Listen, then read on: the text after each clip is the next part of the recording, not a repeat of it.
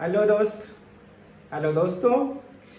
आ, आपका आपके इस YouTube चैनल पे स्वागत है। मैंने आपको पिछली वीडियो में सॉल्यूशंस के कुछ टॉपिक्स को, कुछ पार्ट को मैंने एक्सप्लेन किया था। मैं उसमें सॉल्यूशंस के इंट्रोडक्शन टॉपिक दिया था।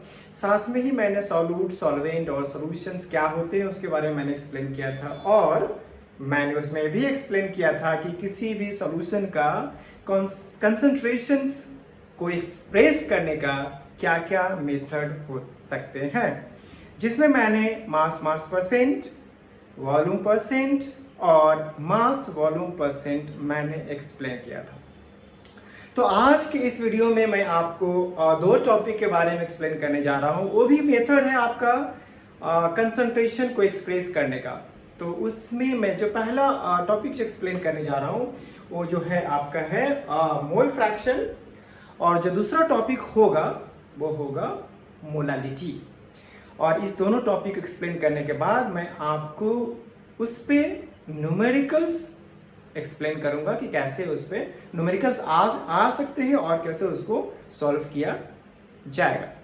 तो चलिए हम लोग समझने का कोशिश करते हैं कि मोल फ्रैक्शन होता क्या है। तो पहले मैं एक एग्जांपल लेने जा रहा हूँ और तब आपको समझाते हैं कि क्या होता है मोल फ्रैक्शन। तो सबसे पहले आपको ये जानना जरूरी है कि जो मोल फ्रैक्शन है यह मेथड हम तब अप्लाई करेंगे जब किसी सॉल्यूशन में दो या दो से ज्यादा कंपोनेंट्स हो। तो एग्जांपल लेते हैं जिसमें तीन कंपोनेंट्स हैं।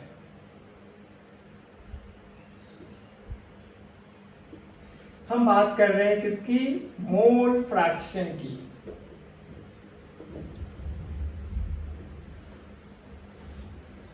तो कंपोनेंट हम ले लेते हैं तीन, ए, बी और सी।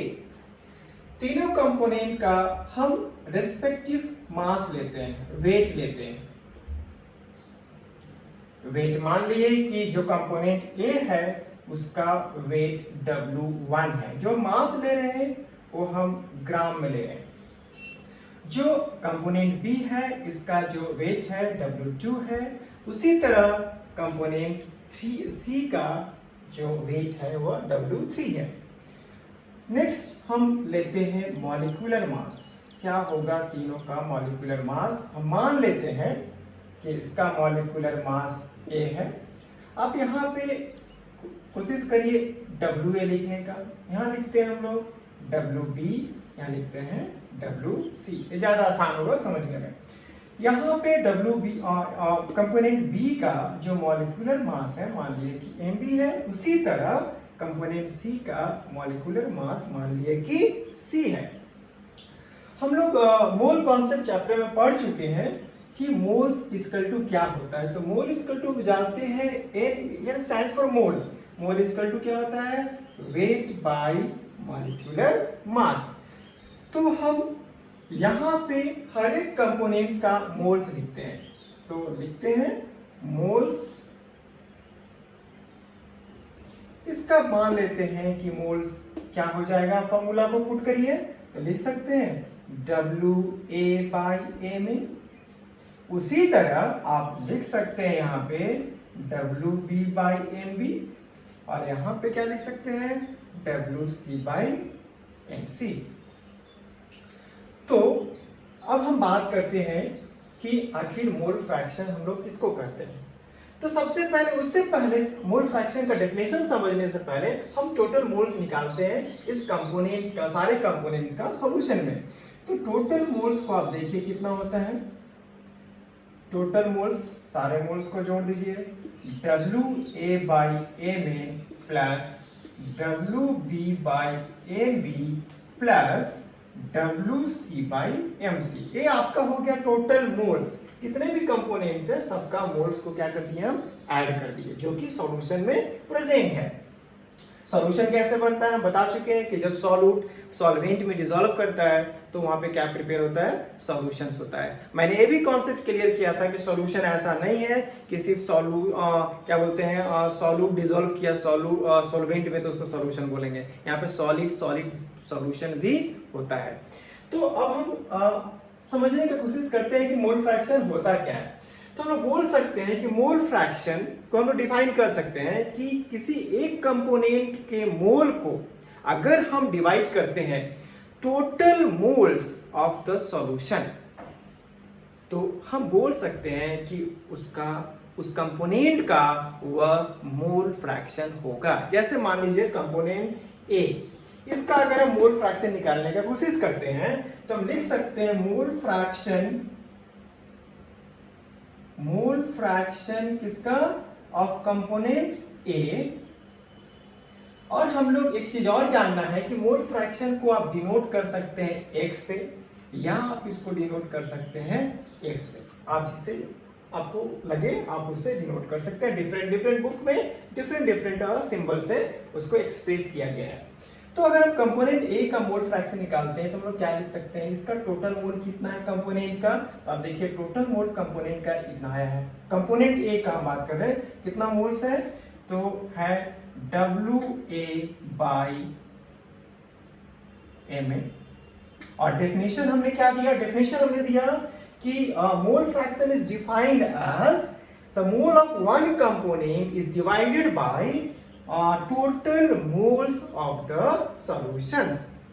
तो टोटल मोल्स मेरा कितना आया, तो टोटल मोल्स आया मेरा WA/mA plus WB/mB plus WC/mC।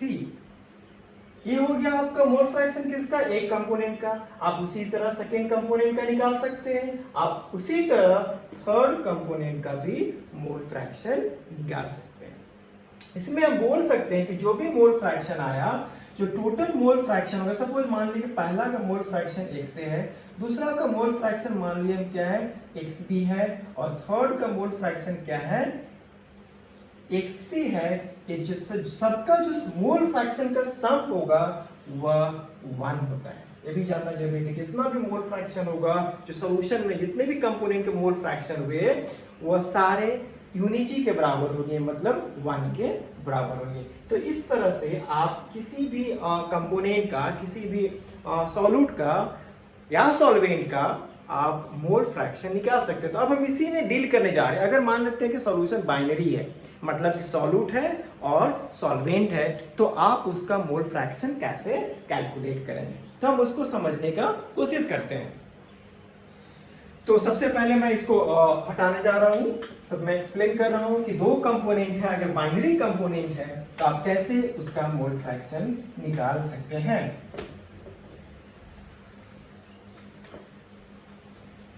तो मान लेते हैं कि मोल ऑफ सॉल्यूट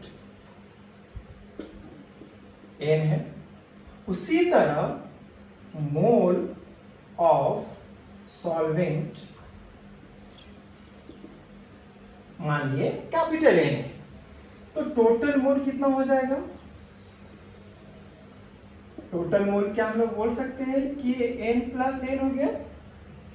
और हम लोग ये भी क्या जानते हैं कि mole fraction of component A, मान लेते हैं सॉल्यूट का कितना आया, मोल फ्रैक्शन किसका, सॉल्यूट का, मोल fraction of solute plus mole fraction of solvent कितना होता है, 1 के बराबर। मैंने पिछली जस्ट अभी मैंने बोला कि जितने भी मोल फ्रैक्शन होते हैं वह यूनिटी के बराबर होते हैं, 1 के बराबर होते हैं। तो यहाँ पे हम बोल सकते हैं अगर हम सॉल्यूट और सॉल्वेंट का मोल फ्रैक्शन निकालने का कोशिश करें तो हम लोग कैसे एक्सप्रेस करेंगे। तो आप देखिए टोटल मोल्स हम निकाल चुके हैं, तो हम निकालते हैं मोल फ्रैक्शन ऑफ सॉल्यूट,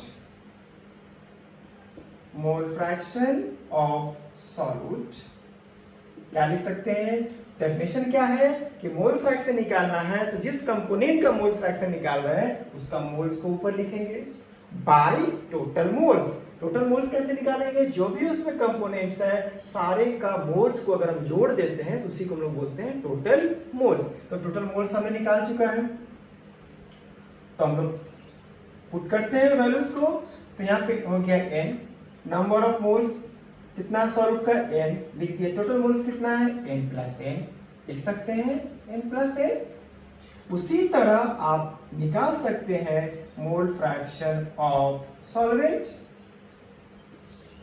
तो सॉल्वेंट का मोल कितना दिया हुआ है, n, टोटल मोल कितना है, n प्लस n। तो आप इस फॉर्मूला को लगा के किसी भी कंपोनेंट्स का जो कि सॉल्यूशन में प्रेजेंट है उस सॉल्यूशन से या उस कंपोनेंट का मोल फ्रैक्शन आप कैलकुलेट कर सकते हैं। इसको हम एक्सटेंड करेंगे, लेकिन जब हम नेक्स्ट टॉपिक जैसे मोलालिटी हम एक्सप्लेन करने जा रहे हैं तो उसमें हम इसको और भी एक्सटेंड करेंगे और समझने का कोशिश करेंगे कि n की जगह हम लोग इस वैल्यू को पुट करेंगे तो आगे क्या हो सकता है।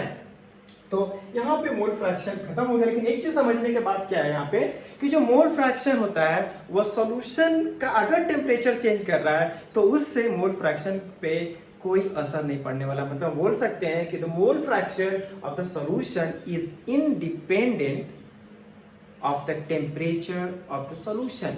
मींस अगर टेम्परेचर चेंज कर रहा है तो किसका टेम्परेचर चेंज कर रहा है, सॉल्यूशन का, तो उससे हम बोल सकते हैं कि मोल फ्रैक्शन के वैल्यू पे कोई अंतर नहीं आएगा।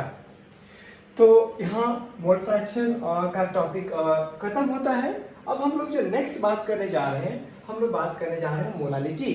वो बहुत ही इंपॉर्टेंट टॉपिक है। आप बोल सकते हैं कि ये जो मोलालिटी है ये सबसे कन्वीनियंट तरीका है किसी भी सॉल्यूशन का कंसंट्रेशन निकालने का। अब हम बात कर रहे हैं क्यों बोल रहे हैं कन्वीनियंट है, यहाँ पे बहुत सारे मेथड हमने एक्सप्लेन किया और भी आगे मैं एक्सप्लेन करने जा रहा हूँ। लेकिन मैंने एक्सप्रेस क्या किया, मैंने बोला क्या, मैंने फोर्स क्या किया कि जो मोलालिटी है वो सबसे कन्वीनियंट, सबसे आसान तरीका है और सबसे क्या बोल सकते हैं कि अच्छा तरीका है किसी भी सॉल्यूशन का कंसंट्रेशन को निकालने का। ऐसा क्यों हो रहा है, क्योंकि जो मोलालिटी है वह सॉल्यूशंस पे डिपेंड नहीं, मतलब बोल सकते हैं वॉल्यूम पे डिपेंड नहीं करता है। वो किस पे डिपेंड करता है, मास पे डिपेंड करता है। ठीक है, तो हम लोग ये भी बोल सकते हैं, यहाँ पे हम लोग ऐड कर सकते हैं कि जो मोलालिटी है वो भी टेम्परेचर चेंज होने पे सॉल्यूशन का उसके वैल्यू में कोई अंतर नहीं आएगा। क्यों, क्योंकि यह किस पे डिपेंड करता है, मास पे। तो पहले हम समझने का कोशिश करते हैं कि मोलालिटी है क्या, क्या होता है और कैसे उसको हम लोग एक्सप्रेस करते हैं।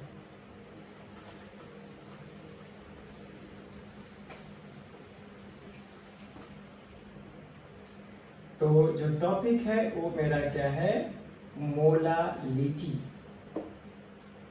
आप मोलालिटी को एक्सप्रेस कर सकते हैं स्मॉल एम में। मोलालिटी को हम लोग एक्सप्रेस करते हैं स्मॉल एम में, आपको याद रखना है।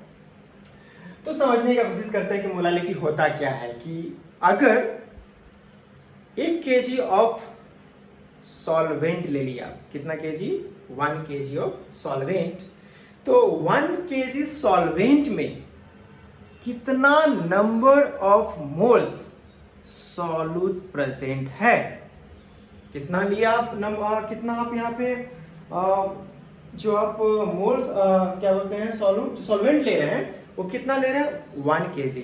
1 kg सॉल्वेंट में कितना नंबर ऑफ मोल्स प्रेजेंट है, आप इसी को बोल सकते हैं कि मोलालिटी ऑफ द सॉल्यूशन। तो हम कैसे डिफाइन करेंगे, so it is defined as the number of moles of solute present in 1 kg of solvent.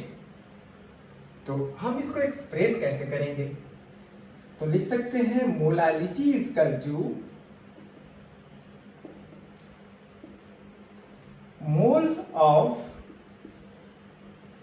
Solute by number, और बोल सकते हैं mass of solvent in kg, इसमें kg में। ठीक है, अब हम क्या करते हैं, इसको थोड़ा एक्सटेंड करते हैं। तो अगर हम मान लिए कि हम लोग क्या जानते हैं, हम लोग ये भी जानते हैं n equal to W by m।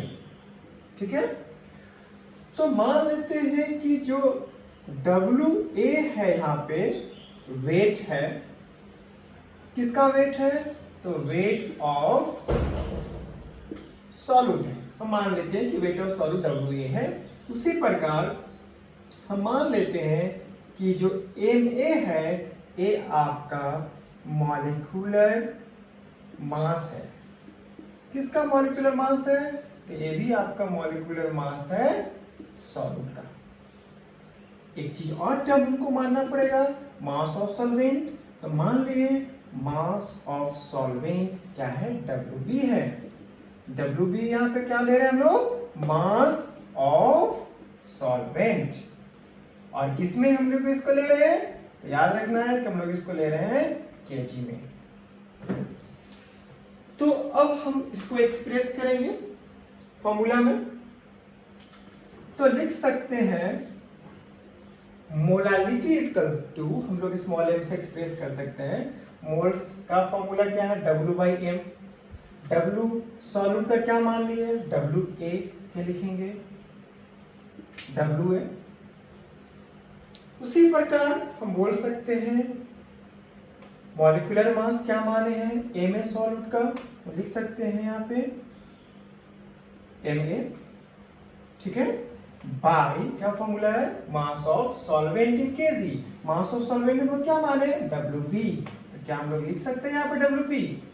लिख सकते हैं। किस में है? ये आपका दिए है kg में। अगर आप इसको चाहते हैं कि नहीं हम इसको kg में नहीं ग्राम में एक्सप्रेस करें, तो आप इसको लिख सकते हैं। और क्या? m equal to WA। आप इस MA को नीचे ला सकते हैं, डिनोमिनेटर बनाएंगे इसको, क्या लिखेंगे? MA into WB। और आप अगर इसको चेंज करना चाहते हैं ग्राम में, तो आप यहाँ 1000 से मल्टीप्लाई कर दीजिए। तो इस फॉर्मूला पे आप मोलालिटी कैलकुलेट कर सकते हैं। फिर से समझना है कि यहाँ W क्या है? तो वेट ऑफ सॉल्यूट है। जैसे आप मान लीजिए कि शुगर डिसॉल्व किए किसमें? वाटर में। तो यहाँ पे जो शुगर हुआ, अगर इसका क्वांटिटी हम पहले भी एक्सप्लेन कर चुके हैं कि जिसका क्वांटिटी, जिसका मात्रा कम होता है उस सॉल्यूशन में, उसी को हम लोग सॉल्यूट बोलते हैं। तो यहाँ पे शुगर का हो गया, आपको सॉल्यूट हो गया। तो शुगर का हम क्या निकालेंगे? वेट निकालेंगे। ये हो सकता है क्वेश्चन में दिया रहे, मॉलिक्यूलर वेट निकालेंगे शुगर का। हम सिखाएंगे मॉलिक्यूलर वेट कैसे निकालते हैं। और फिर आपका सॉल्वेंट क्या हो गया? यहाँ पे वाटर हो गया। तो आपको सॉल्यूट और सॉल्वेंट भी जानना है कि किसको सॉल्यूट बोलते हैं और किसको सॉल्वेंट बोलते हैं। तो यहाँ आपने क्या देखा कि मोलालिटी को हम लोग कैसे एक्सप्रेस करेंगे और कैसे मोलालिटी निकालेंगे। अब हम बात करते हैं, मैंने कुछ देर पहले बोला कि जो मोलालिटी है सबसे बेस्ट तरीका है किसी भी सॉल्यूशन का कंसंट्रेशंस को एक्सप्रेस करने का। क्यों? क्योंकि यह इंडिपेंडेंट है वॉल्यूम ऑफ द सॉल्यूशन। आप देख लीजिए, मैंने वॉल्यूम टर्म कहीं भी यूज नहीं किया है। क्या यूज किया है? मास यूज किया, वेट यूज किया है।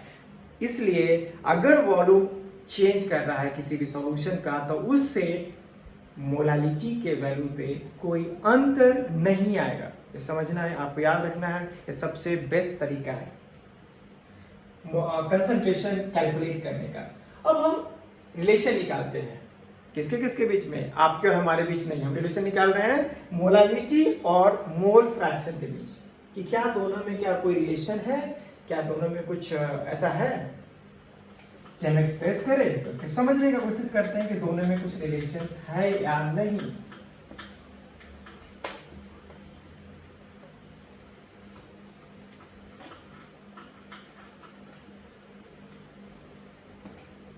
तो अब जो टॉपिक है, मैंने क्या लिखा कि हम लोग समझेंगे relation between mole fraction, short में मैं लिख रहा हूं relation between mole fraction and molality. हम लोग क्या जानते हैं? हम लोग पढ़े हैं x से equal to mole fraction of component A equal to, मान लिए mole of component A is n। Total mole हम लोग ने क्या लिखा था पहले? n plus n। आप इसी तरह आप निकाल सकते हैं, कह सकते हैं mole fraction of B equal to mole number of moles of solvent by total moles. क्या हम लोग बोल सकते हैं, इसको मान लिए 1, इसको मान लिए 2। अब हम इक्वेशन 1 को डिवाइड करते हैं इक्वेशन 2 से, तो क्या हम इसको लिख सकते हैं XA बाई XB n, आप देखिए ये बन जाएगा डिनोमिनेटर, लिख सकते हैं। चलो मैं एक्सटेंड कर दे रहा हूं, n बाई XB क्या है मेरा, n by n plus n है, तो क्या हम इसको लिख सकते हैं इनटू n, और ये जो डिनोमिनेटर है इस केस में यहां पे आएगा तो क्या हो जाएगा न्यूमरेटर, तो क्या हम इसको लिख सकते हैं n प्लस n, ये क्या हो जाएगा कैंसिल हो जाएगा, तो हम इसको क्या लिख सकते हैं XA by XB equal to n by n। ठीक है, और हम लोग क्या जानते हैं, हम लोग जानते हैं n equal to W by M। तो क्या हम एक मान लेते हैं कि WA वेट ऑफ सॉल्यूट हो गया, MA molecular mass of solute हो गया, WB वेट ऑफ सॉल्वेंट हो गया, ये आपका क्या मान लिए वेट किसका, ऑफ सॉल्वेंट। ये क्या है आपका मॉलिक्यूलर मास किसका, ऑफ सॉल्यूट। ये आपका क्या है, तो वेट है, वेट ऑफ सॉल्यूट। ठीक है, और एक टर्म और मानते हैं, यहां लिखते हैं MB, और MB आपका यहां पे क्या हो गया मॉलिक्यूलर मास किसका, सॉल्वेंट का। ठीक है, ये सारे चीजें मान लेते हैं। अब हम इस फॉर्मूला पे पुट करते हैं, तो देखिए क्या आता है XA बाई XB लिख सकते हैं। अब n की जगह क्या होता है W बाई M, तो W n यहाँ पे किसके लिए है, सॉल्यूट के लिए है, तो सॉल्यूट को W बाई M देखिए क्या आता है, तो हम बोल सकते हैं WA बाई MA।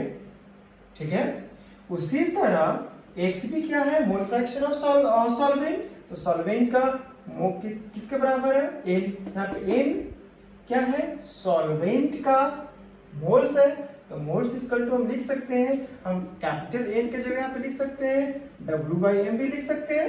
यहाँ पे जो N है याद रखिए कि हम एक्सप्रेस कर रहे हैं नंबर ऑफ मोल्स को, किसका, तो सॉल्वेंट का, कंफ्यूज नहीं करना है। N हो सकता है कि आपका एवोगाड्रोस नंबर में आप कंफ्यूज करें, यहाँ पे एवोगाड्रोस नंबर का बात नहीं कर रहे हैं। तो यहाँ पे हम क्या लिख सकते हैं WB बाई MB, क्या लिख सकते हैं, और इसको हम दूसरी तरह से कोशिश करते हैं लिखने का XA by XB equal to WA, यहाँ पे जो है डिनोमिनेटर, अब यहाँ पे क्या बन जाएगा, यहाँ भी आपका डिनोमिनेटर ही बनेगा, इसका जो डिनोमिनेटर है WB ये डिनोमिनेटर ही रहेगा, लेकिन इस WB का जो डिनोमिनेटर है वो जाके बन जाएगा क्या, न्यूमरेटर। समझ में आया, क्या हम लिख सकते हैं ऐसा, इसको और एक्सटेंड करते हैं।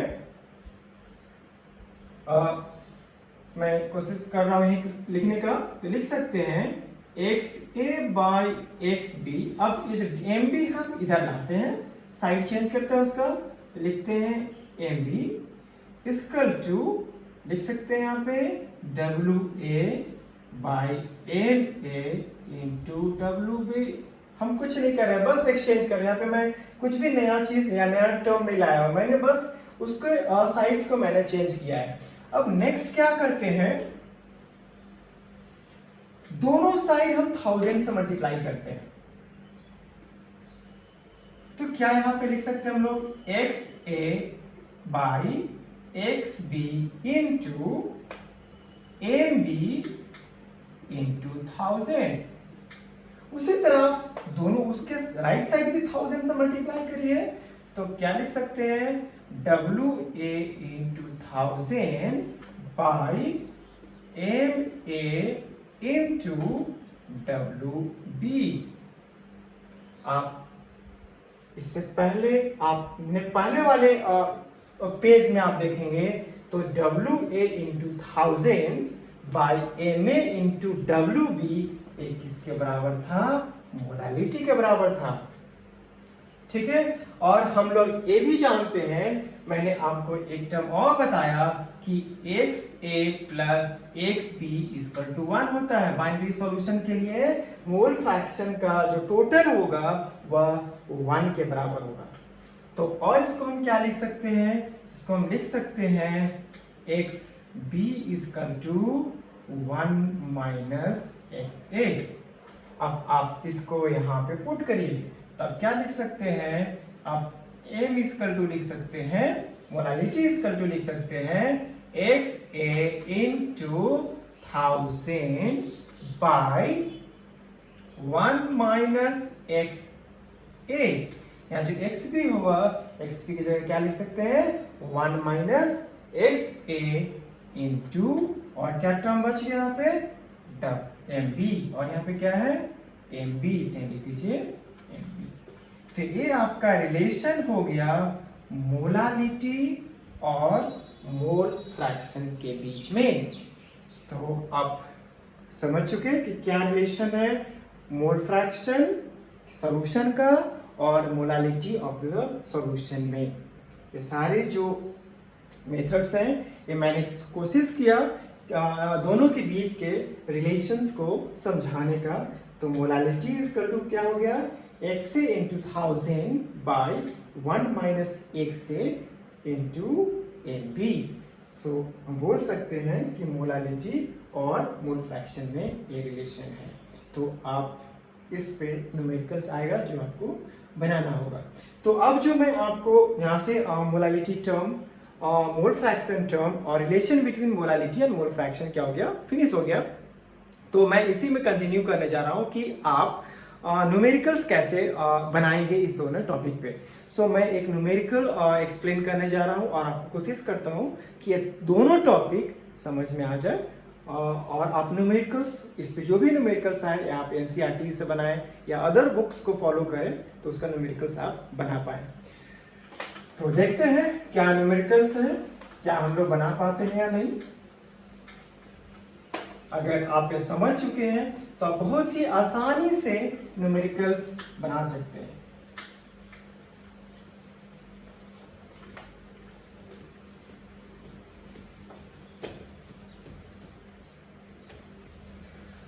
तो मैं क्वेश्चन दे रहा हूं,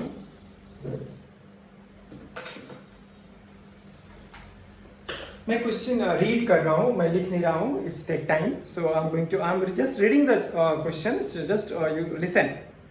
Question is 214.2 gram of sugar syrup. Sugar syrup is given.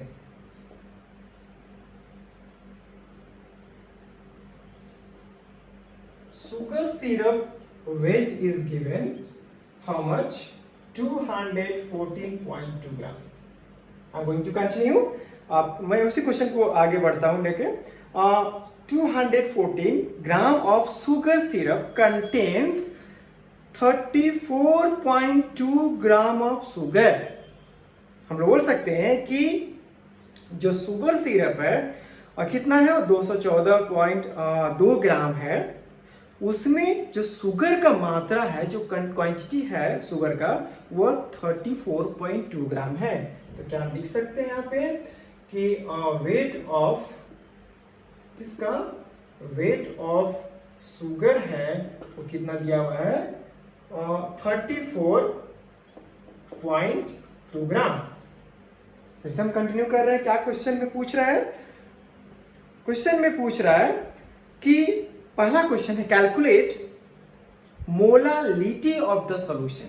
क्या फाइंड करना है आपको, क्वेश्चन में पहला क्वेश्चन क्या पूछ रहा है, molality, molality of the solution. ये आपको फाइंड करना है, हम लोग को फाइंड करना है। और इसी में दूसरा क्वेश्चन, एक और क्वेश्चन है, मोल fraction of sugar, mole fraction of sugar in the syrup.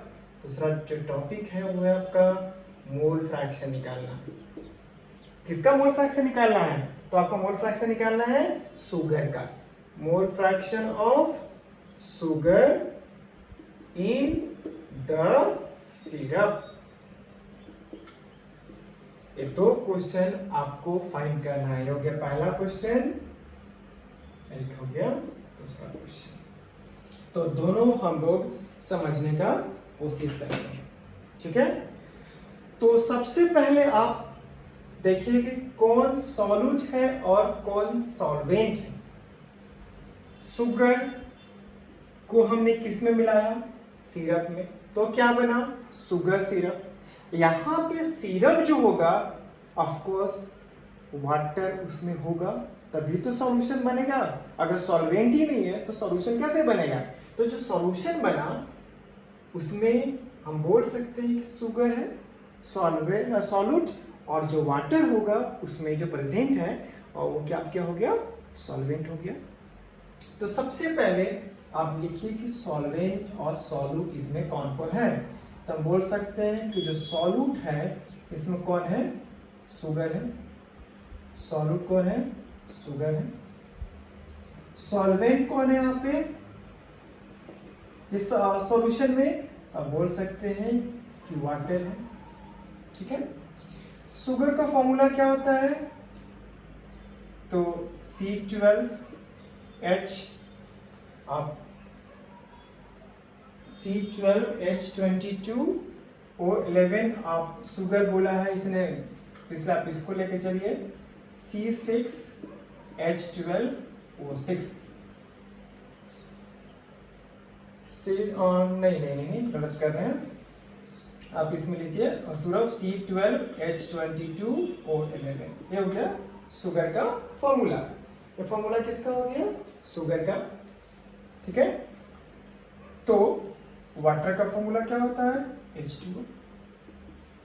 याद रखिए सबसे पहले क्या आपको मोल्स निकालना होगा। अगर मोल्स निकालना है तो फॉर्मूला हम लोग क्या यूज करेंगे? N=W/M, wait by molecular mass. तो हमको किसका मोल फ्रैक्शन, अगर सपोज करिए आपको मोल फ्रैक्शन निकालना है शुगर का, ठीक है।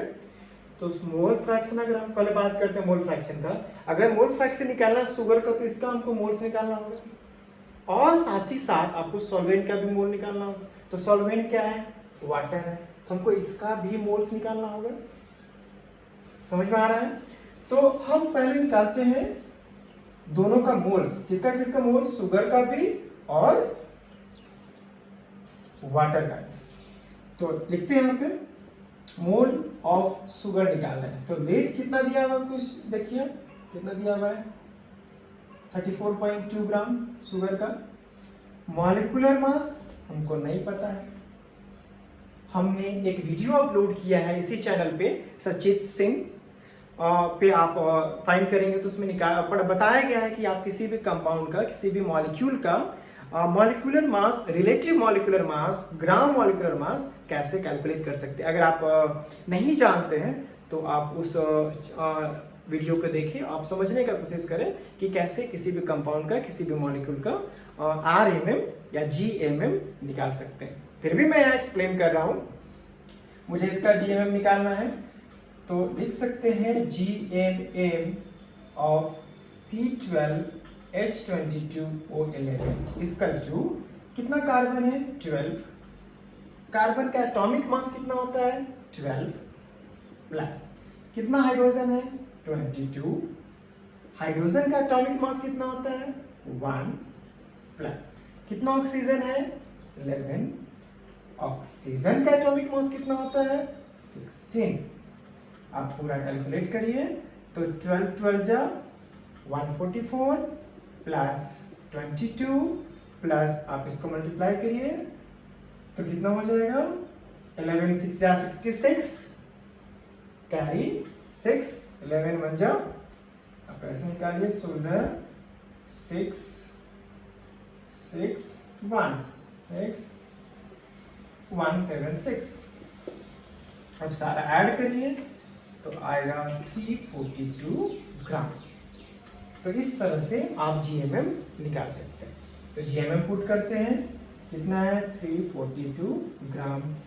कैलकुलेट करिए कितना आएगा, तो 0.1 मोल आएगा। कितना मोल आया, किसका मोल निकला है, तो हम बोल सकते हैं ये मोल किसका है, तो शुगर का है।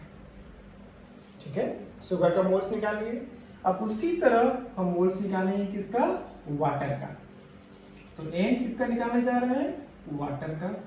सेम फॉर्मूला लगाएंगे।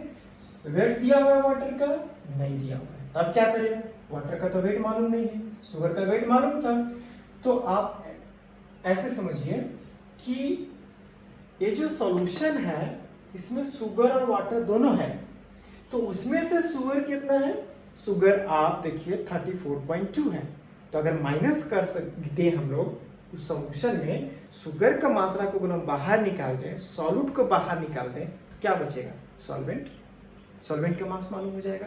तो हम लोग बोल सकते हैं कि मास ऑफ सॉल्वेंट, सॉल्वेंट यहाँ पे क्या है, वाटर है, इसका टू सॉल्यूशन 214.2 माइनस 34.2। देखिए कितना आता है, 2 हो गया 0 पॉइंट, यहाँ 4, यहाँ 4 तो गया 0, यहाँ कितना बचा, ये 4, यहाँ बचा 1, यहाँ कितना 3 है, यहाँ कितना है 1 है, सब्ट्रैक्ट नहीं होगा, 11 हो जाएगा 8, यहाँ पर 1। कितना वेट निकला वाटर का, 180। ठीक है, तो हम यहाँ पे पुट कर सकते हैं वाटर का मास कितना आया, 180 ग्राम bye molecular weight of water. तो मॉलिक्यूलर वेट ऑफ वाटर निकालेंगे GMM ऑफ वाटर H2O। उसी तरह से निकालिए, कितना हाइड्रोजन है, तो हाइड्रोजन का मास 1, कितना ऑक्सीजन है 1, और ऑक्सीजन का मास 16।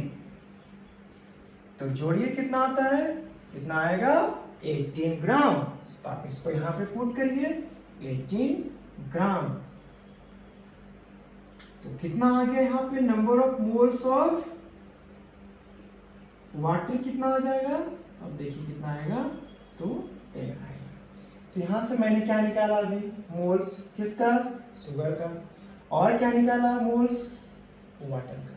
मैंने अभी तक सिर्फ मोल्स निकाला, दोनों में से भी मैंने किसी भी क्वेश्चन का आंसर्स नहीं निकाला, नहीं फाइंड किया है। मैंने अभी सिर्फ और सिर्फ सॉल्यूट और सॉल्वेंट का मोल्स निकाला है।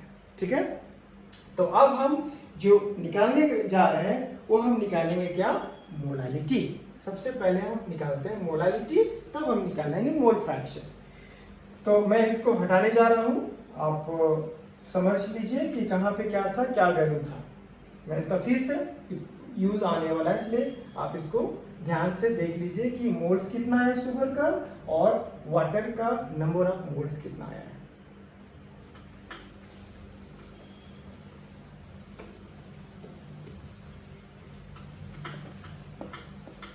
तो हम लोग क्या फाइंड करेंगे अभी, मोलालिटी लिखते हैं। मोलालिटी क्या फॉर्मूला था मोलालिटी का, नंबर ऑफ मोल्स किसका, ऑफ सॉल्यूट बाय क्या, वेट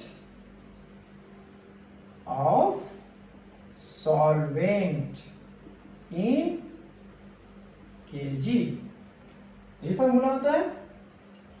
तो लिखिए मोल्स ऑफ सॉल्यूट। अब याद करिए कि मैंने जस्ट अभी मैंने इरेज किया मोल्स ऑफ सॉल्यूट। सॉल्यूट कौन था वहां पे, शुगर था। तो शुगर का मैंने नंबर ऑफ मोल्स कैलकुलेट किया, कितना आया था, वो आया था 0.1, पुट कर देते हैं 0.1। वेट ऑफ सॉल्वेंट, इसमें सॉल्वेंट कौन है, वाटर, और वाटर का वेट मैंने कितना निकाला, कितना वाटर का वेट था, आपने उसमें दिखा है कि कितना वाटर का वेट था, बताइए कितना वेट मैंने निकाला था 180। इसमें हमने इसको सब्सट्रैक्ट किया था तो वाटर का वेट निकला था, वो आपका कितना आया था 180। तो यहाँ से आप कैलकुलेट करिए तो आपको मोलारिटी आ जाएगा। अब अगर कैलकुलेट करते हैं तो अप्रॉक्स 0.555 आके रहेगा। ये आपका आंसर हो जाएगा मोलारिटी। आप यूनिट 55 आते रहेगा, आप मोलारिटी यूनिट यूज कर सकते हैं ये। तो ये आपका मोलारिटी हुआ किसका, सॉल्यूशन का। समझ में आया? बहुत ही सिंपल था, बहुत ही आसान मैंने एग्जांपल लिया है। अब जो मैं दूसरे पार्ट में इसको एक्सप्लेन करने जा रहा हूँ कि कैसे मोल फ्रैक्शन निकालें। तो मैंने मोल्स निकाल लिया है, सॉल्यूट का भी और सॉल्वेंट, जस्ट हमको फॉर्मूला पुट करना है। तो पहला पार्ट खत्म हो चुका, दूसरा पार्ट देखते हैं। मोल फ्रैक्शन किसका निकालना है, शुगर का, मतलब सॉल्यूट का। तो लिखेंगे मोल फ्रैक्शन ऑफ सॉल्यूट। सॉल्यूट यहाँ पे क्या है, शुगर है, शुगर, चीनी। तो इसका मोल्स, मोल फ्रैक्शन का क्या डेफिनेशन था, मोल फ्रैक्शन का डेफिनेशन था the number of moles of component bye total moles of the solution. तो आप याद करिए, मैंने जो जस्ट अभी मोल्स ऑफ सॉल्यूट निकाला था, मोल्स ऑफ सॉल्वेंट भी निकाला था। तो मोल्स ऑफ सॉल्यूट जो मेरा आया था, हम लोग दोनों को जोड़ते हैं तो टोटल मोल्स कितना आ जाएगा। तो मोल्स ऑफ सॉल्यूट याद करिए कि मेरा शुगर का आया था 0.1 और वाटर का आया था 10। इसको जोड़ देते हैं तो कितना आ जाएगा 10.1। ये मेरा टोटल मोल्स हो गया सॉल्यूशन का, मतलब बोल सकते हैं सॉल्यूट प्लस सॉल्वेंट का। तो अब हम उसी को यूज करते हैं। शुगर, शुगर का मोल्स कितना है 0.1 bye total moles, total moles कितना है 10.1 है। सिंपल, आप इसको कैलकुलेट करिए, यहां से पॉइंट पॉइंट कैंसिल हो गया, कितना आ गया 1/101। आप इसको डिवाइड करिए, देखिए क्या आता है। तो अब जब डिवाइड करते हैं तो मैं यहाँ डिवीजन नहीं एक्सप्लेन करने जा रहा हूँ। अब डिवाइड करेंगे तो आएगा 0.0099 एज सो ऑन, 9999 जाते रहेगा। तो अब हम बोल सकते हैं कि शुगर का जो मोल फ्रैक्शन है कितना है 0099। ये आपका हो गया आंसर। पहला आंसर आपका यहाँ पे हुआ, दूसरा आंसर हो गया यहाँ पे। तो आप इस तरह से सॉल्यूशन का, किसी भी सॉल्यूशन का मोल फ्रैक्शन या मोलारिटी कैलकुलेट कर सकते हैं। तो आज का मैं ये टॉपिक अब यहीं पे ख़त्म कर रहा हूँ। मुझे विश्वास है कि मैं जो एक्सप्लेन करने का जो कोशिश किया, जो समझाने का कोशिश की, आपको समझ में आ गया होगा। तो आप मेरे YouTube चैनल को फॉलो करें, उसको लाइक करें, सब्सक्राइब करें। और आपको अगर डाउट्स हो इस टॉपिक से रिलेटेड तो आप कमेंट्स भी कर सकते हैं। मैं कोशिश करूँगा और भी बेहतर तरीके से और भी अच्छी तरह से टॉपिक को या कोई भी चैप्टर्स को मैं उसको डील करूँ, मैं आपको उसको समझा सकूँ। तो अगले वीडियो में मैं मोलारिटी और नॉर्मलिटी एक्सप्लेन करूंगा और उससे रिलेटेड जो भी न्यूमेरिकल्स होंगे मैं उसको एक्सप्लेन करूंगा। So I am going to end this session here. मैं यहीं पे इस सेशन को ख़त्म करने जा रहा हूँ। और आपको अगर मेरा ये वीडियो अच्छा लगा तो आप ज़रूर से ज़रूर इस वीडियो को लाइक करें और सब्सक्राइब करें, कि ताकि आपको जो भी मैं आगे वीडियो बनाऊँ वो आपको उसका इंफॉर्मेशन मिले, आपको उसका नोटिफिकेशन मिले और मैं भी मोटिवेट हूँ कि हाँ, मैं जो कर रहा हूँ, मैं जो समझाने का कोशिश कर रहा हूँ वो आपको समझ में आ रहा है। सो इसी के साथ मैं एंड कर रहा हूँ। I hope you will love with your likes and comments and subscribe on my channel. Thank you.